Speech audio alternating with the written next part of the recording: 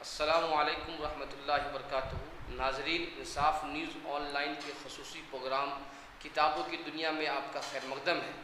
इस सीरीज़ में हम किताबों पर और किताबों के मुसन्निफ़ीन से उनके तजर्बात और उनकी मुशाहिदात पर बात करते हैं। इसके पहले एपिसोड में आज हमारे साथ कलकत्ते की सबसे कम उम्र नावलिस्ट श्री सुल्ताना मौजूद है। इनकी 2 किताबें पहले ही मंज़र आम पर आकर मकबूलियत हासिल कर चुकी है। आज इनकी एक नई किताब a world divided human rights in an unequal world हमारे हाथों में है। इस किताब के हवाले से आज हम श्री सुल्ताना साहिबा से बात करेंगे। मोहतरमा, आपका हमारे प्रोग्राम में खैर मक़दम है। शुक्रिया। पहला सवाल ये है कि ये किताब लिखने का ख्याल आपके दिल में कैसे आया? पहले तो मुझे काफ़ी खुशी होती है ये अनाउंस करके कि ये मेरी तीसरी किताब है जो 25 सितंबर को आने वाली है, और ये काफ़ी सालों के रिसर्च के बाद मैंने ये किताब लिखी है। बहुत सालों से ये मेरी तजुर्बा है कि हम लोग हमेशा दुनिया को हम देखते हैं 7 अलग अलग वर्ल्ड में, 7 अलग अलग कॉन्टिनेंट्स में, कंट्रीज़ में, बट मैंने सिर्फ 2 पार्ट्स में देखे दुनिया को, एक गरीब और एक अमीर। इंसानी हुकूक की लड़ाई सबके लिए एक होनी चाहिए, पर गरीब आपकी जो सेक्ट है वो उनका स्ट्रगल फेज़ काफ़ी अलग होता है अमीरों से। और ये किताब पे जब मैंने रिसर्च करने के लिए मैं जब आ गई तो मैंने देखा कि जनाब शमीम अहमद वो शख्सियत जिन्होंने गरीबों के लिए काफ़ी कुछ किया है, चाहे वो फूड फॉर ऑल कैंपेन हो, मेडिकल एड फैसिलिटीज़ हो। और मेरे रिसर्च में जब मैंने देखा कि ये ह्यूमन राइट एक्टिविस्ट जनाब शमीम अहमद जी, जिन्होंने गरीबों के लिए अपनी ज़िंदगी की 25 साल दे दी, तब मुझे लगा कि ये किताब लिखी जानी चाहिए ताकि हमारी जो आने वाली यूथ है, अपकमिंग जनरेशन है, उन तक ये किताब हमेशा सालों साल एक एग्ज़ाम्पल के तौर पे पढ़ा जाए। इस किताब को उनका लीगेसी मेंटेन किया जाए, देखा जाए कि उनका जर्नी क्या था, और एक मैसेज के तौर पर भी जाना चाहिए ये चीज़ कि फूड फॉर ऑल कहो या आप मेडिकल एड फैसिलिटीज़ कहिए या आप उर्दू की आप लड़ाई की बात करें, ये मॉरल जो निकलता है उस पे काम करना चाहिए। हमारे आने वाली जनरेशन को एग्जाम्पल की तरह, एक मॉरल, एक लेसन की तरह ली जानी चाहिए। ये मैं गुफ्तगू आगे बढ़ाने से पहले मैं ये बताना चलूँ कि दरअसल ये किताब ए वर्ल्ड डिवाइडेड कायदे उर्दू शमीम अहमद की ज़िंदगी पर मुश्तमिल है। मोहतरमा श्री सुल्ताना साहिबा ने इस किताब में शमीम अहमद की 25 साल खिदमत को मुख्तलिफ़ ज़ावियों और मुख्तलिफ़ नज़रियों से देखने की कोशिश की है, और इस तनाज़ुर में ये भी इन्होंने समझाया है कि ह्यूमन राइट्स या इंसानी हुकूक और या यकसा मौक़े का हिंदुस्तान के हर शहरी को मिल रहा है या नहीं मिल रहा है। और शमीम अहमद के हवाले से उन्होंने हिंदुस्तान के मुख्तलिफ़ इलाक़ों के हालात को भी उन्होंने ज़िक्र किया है। तो आपने उर्दू मूवमेंट की बात की है जी। हिंदुस्तान में आज़ादी के बाद से ही लैंग्वेज का झगड़ा रहा है, और बल्कि आज़ादी से पहले ही शुरू हुआ। आपने इसका जिक्र भी किया है, मैंने देखा है शुरू आपने 19वीं सदी से अपने जिक्र किया किस तरह से उर्दू हिंदी की लड़ाई इलाहाबाद से शुरू होती है जी। आपने इसका जिक्र किया है। क्या हिंदुस्तान जैसे मुल्क में जहाँ मुख्तलिफ़ ज़ुबान और मुख्तलिफ़ लैंग्वेज बोलने वाले रहते हैं, मुख्तलिफ़ ज़ुबान बोलने वाले हैं, उनका मुख्तलिफ़ कल्चर है, इस कल्चर में किसी एक ज़ुबान को हावी हो जाना क्या हमारी यूनिटी के लिए ख़तरा है, या फिर किसी एक ज़ुबान के लिए जद्दोजहद करना जिस तरह से शमीम अहमद साहब ने जद्दोजहद किया, क्या वो भी उससे भी हमारी यूनिटी को नुकसान पहुँचा है, या हर एक ज़ुबान को ज़िंदा रहना चाहिए? जी, हर एक ज़ुबान इक्वल मायने में देखी जानी चाहिए, चाहे वो उर्दू हो, बंगाली हो, मराठी हो।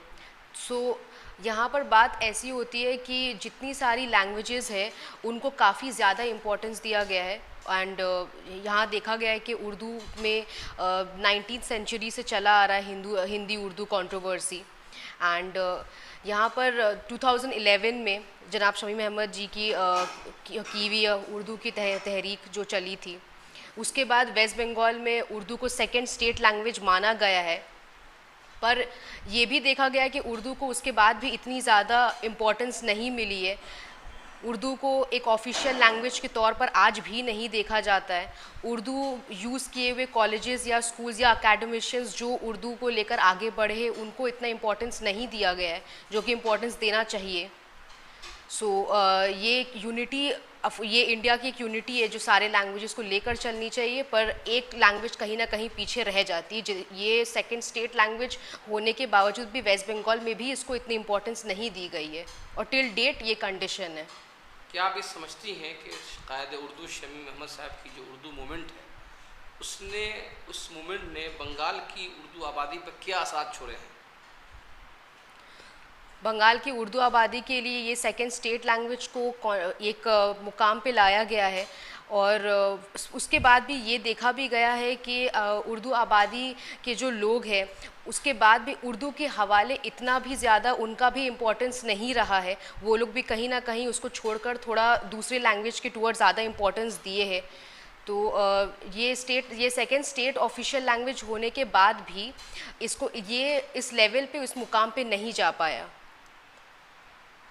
मोहतरमा श्री सुल्ताना साहबा ने अपनी इस किताब में कायद उर्दू और शमीम अहमद और उर्दू मूवमेंट के हवाले से लिखा है कि शमीम अहमद साहब की उर्दू मूवमेंट दरअसल उर्दू आबादी को जगाने में अहम किरदार अदा किया है। इनके बकौल, मोहतरमा के बकौल, कि इनसे कायद उर्दू से कबल भी कुछ तंजीमें और कुछ लीडरों ने उर्दू की तहरीक चलाई, लेकिन इसका असर उर्दू आबादी पर ज़्यादा इसलिए नहीं पड़ रहा था कि इस तहरीक से आम लोग जुड़े हुए नहीं थे। और कायद उर्दू की तहरीक का एक शनाख्त ये थी कि उन्होंने इस तहरीक से आम लोग जो रिक्शा चलने वाले, रोडों पर खाने वाले या आम जिंदगी से जुड़ने वाले, उनको उन्होंने जोड़कर इस तहरीक को बड़ा किया। तो क्या आप समझते हैं कि कोई भी तहरीक की कामयाबी के लिए ज़रूरी है कि आम आदमी से जुड़ जाए? जी, आम आदमी से जुड़ना, ग्राउंड लेवल वर्कर्स से जुड़ना, ह्यूमन राइट्स एक्टिविस्ट से जुड़ना, यही लोग हमारे ग्राउंड लेवल वर्कर्स होते हैं जो आते किसी भी तहरीक को सफलता की ओर पे ले जाने के लिए। ज़रूरी है। अच्छा, आपने फूड फॉर ऑल का भी जिक्र किया है इस किताब में। क्या कायद उर्दू की जो फूड फॉर तहरीक है, क्या ये हिंदुस्तान जैसे एक मुल्क जो 70 साल की आज़ादी को हो गया है, उस मुल्क में भी आज भी लोग भूखा सो रहे हैं? क्या हमारे लिए कौमी शर्मिंदगी की बात नहीं है? शेम तो नहीं है कि आज भी लोग भूखे सो रहे हैं? It is quite a shame for the nation and it is seen that ये हमारी जो पॉवर्टी है, जो हमारी पॉवर्टी लाइन है हिंदुस्तान में, ये आज़ादी के पहले से आज़ादी के बाद भी ये देखी जा रही, 70 साल से ही ये देखी जा रही है। और जनाब शमीम अहमद जी की जो फूड फॉर ऑल एक फ्लैग आपका कैंपेन रहा है, उसमें एवरी सिंगल डे 150 से 200 packets around the radius of 50 kilometres Kolkata city में, और उनकी दी हुई उनकी अपनी जो और से उनका एक ये रहा है, शेयर रहा है, प्रोपोर्शन रहा है। इतनी वो अकेले ही काफ़ी लीगेसी मेंटेन किए, बहुत सारे लोग नहीं भी आए सामने, बहुत सारे लोग इसका पार्ट भी बने हैं और पॉवर्टी को मिटाने का एक स्ट्रगल रहा है ये चीज़, और ये काफ़ी सफलता भी की है क्योंकि नेशन वाइड ये किया गया है। ये फ्लैग कैंपेन देखने के बाद काफ़ी लोगों ने इसको कॉपी किया है, काफ़ी लोगों ने इसका लीगेसी मेंटेन किया है, अलग अलग जगहों पे किया हिंदुस्तान का, पर ये शुरुआत यहाँ कोलकाता से हुई है और ये क्रेडिट पूरा जनाब शमीम अहमद जी को जाता है ये फ्लैग कैंपेन शुरुआत करने के लिए। जब ये फूड फॉर ऑल मूवमेंट शुरू हो रहा था, उसके 1-2 साल के बाद ही इस पूरी दुनिया में कोविड जी और लॉकडाउन का इशू सामने आया। उसकी वजह से जो मिडिल क्लास और नीचे वाली जो क्लासेस है काफ़ी सफ़र किया है। क्या इस मूवमेंट का एक प्रेरणा बनी बाद के लोगों के लिए? आप ऐसा महसूस करती हैं कि इस तहरीक को देखकर बाद के लोगों ने कोविड में खाना पहुंचाने के लिए काम? जी, मैंने जैसे कहा आपको कि ये फ्लैग कैंपेन को देखने के बाद कोविड के पहले या कोविड के बाद या आने वाले जितने भी सालों में हमारे जो यूथ है, हमारे जो सोसाइटी के लोग हैं, इनको एक एग्जाम्पल की तरह देखे और इसको और ये स्ट्रगल को देखा जा भी रहा है, जिसके बाद काफ़ी सारा कैंपेन स्टार्ट भी हुआ है जहां पर फूड डिस्ट्रीब्यूशन हुई है कोविड के टाइम पे, अभी भी की जा रही है, अलग अलग नामों पे, अलग अलग बैनर के अंडर की जाती है। पर ये फूड फॉर ऑल कैंपेन एक बेंचमार्क है जिसके बाद ये सब कुछ स्टार्ट हुआ है।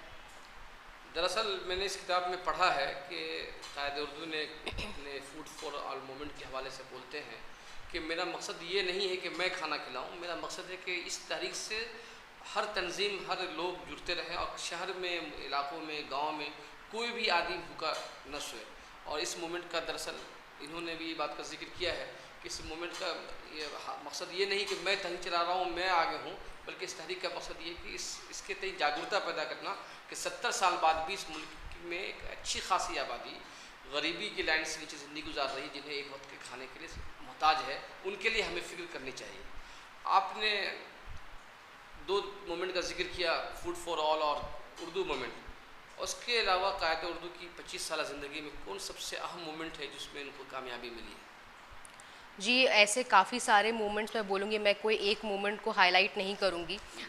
जितने भी मोमेंट्स रहे सारे ही हाईलाइटेड है, चाहे वो मुर्शिदाबाद फायर के इंसिडेंट हो जाए, या वो आसाम फायरिंग के इंसिडेंट हो जाए, या वो मेडिकल एड फैसिलिटी की हो जाए, इनकी की हुई सारी स्ट्रगल सारी ही काफ़ी हाईलाइटेड है। इसीलिए मैं ये नहीं बोलूँगी, ये सारे जितने भी चैप्टर्स है किताब के, ये सबको इक्वल इम्पोर्टेंस दी जानी चाहिए, इक्वल इम्पोर्टेंस से पढ़ी जानी चाहिए, क्योंकि ये सारे ही स्ट्रगल, सारे ही स्टोरीज़ काफ़ी इम्पोर्टेंट है अपने अपने हिस्से में। अच्छा, आपने कम्युनल हारमोनी पर भी बात की है इस किताब में कि, और आपने महापंचायत और कम्युनल हारमोनी के लिए जो शमी अहमद साहब की और ह्यूमन राइट्स प्रोटेक्शन एसोसिएशन की जो खिदमत है, उसका आपने बहुत ही तफसील से जिक्र किया है। क्या शमी अहमद साहब की जो कम्युनल हारमोनी या महापंचायत का मूवमेंट था, उस मूवमेंट का मुस्लिम समाज पर क्या असर पड़ा? और दूसरा सवाल ये है कि क्या इन्होंने जो बांटने की जो कोशिश की थी, जो जुदाई है मुस्लिम और हिंदुओं में, वो कहाँ तक इन्होंने करीब लाने में कामयाब हुए? जी, ये काफ़ी सारे जनाब शमीम अहमद जी की अगर आप अगर आप सीरीज़ पढ़ें इस किताब में, तो आपको ये पता चलेगी कि कम्युनल हार्मनी की जो ये स्टार्ट हुई थी 2014 में, कला मंदिर में कॉन्फ्रेंस करवाए गए थे, जहाँ पर अलग अलग सेक्ट के लोग आए थे, चाहे वो क्रिश्चियन हो, हिंदू हो, मुस्लिम हो, और ये सब लोगों ने आकर एक ही बात कही गई है जो हिंदुस्तान में बहुत काफ़ी इम्पॉर्टेंट है आज के डेट पे, कि सेक्युलरिज्म इज़ वेरी इंपॉर्टेंट, उसको एक हमेशा एक डिफ़ॉल्ट स्टैंडर्ड के तौर पे देखी जानी चाहिए। और ये सिर्फ डिवीज़न हिंदू या मुस्लिम के बीच में नहीं है, मैं बोलूँगी ये डिवीज़न हर एक कौम के बीच में, और ये डिवीज़न को मिटा देनी चाहिए। जैसे जनाब शमीम अहमद जी ने जितने भी कॉन्फ्रेंसेस करवाए, या महापंचायत करवाए, या आपका राउंड टेबल कॉन्फ्रेंस करवाए, जहाँ पर 11 पॉइंट्स जो मेरी किताब में लिखी हुई है, 11 पॉइंट्स ली गई थी उसके, और वो 11 पॉइंट्स में यही ली गई है कि पीस एंड हारमनी होनी चाहिए, चाहे वो किसी भी डिवीज़न के लोग हो, सिर्फ हिंदू या मुस्लिम नहीं, चाहे वो क्रिश्चियंस हो, चाहे वो सिख्स हो, वो सब के सब एक आए थे। और मुस्लिम समाज के लिए ये काफ़ी इम्पॉर्टेंट रहा है, क्योंकि 2014 के बाद से कहीं ना कहीं थोड़ा डर फैला हुआ था इस कौम के लिए स्पेशली, और इसके बाद में जनाब शमीम अहमद जी की जितनी भी कॉन्फ्रेंसेस रही है, कहीं ना कहीं वो थोड़ा हिम्मत दिया गया है कि हाँ, ये सारे लोग हैं जहाँ पर हम साथ हैं, और इतना आसान नहीं है कि कोई तोड़ दे। बहुत बहुत शुक्रिया आपका। हाज़रीन, ये थी मोहतरमा श्री सुल्ताना साहिबा। इस किताब 250 सफ़हात पर मुश्तमिल इस किताब में कायद उर्दू शमी अहमद की ज़िंदगी के मुख्तलिफ़ पहलू पर बहस की गई है, और ये पूरी किताब पढ़ने के काबिल है। और इंशाअल्लाह ताला हम अगले एपिसोड में किसी अगले मुसन्निफ़ के साथ मुलाकात करेंगे।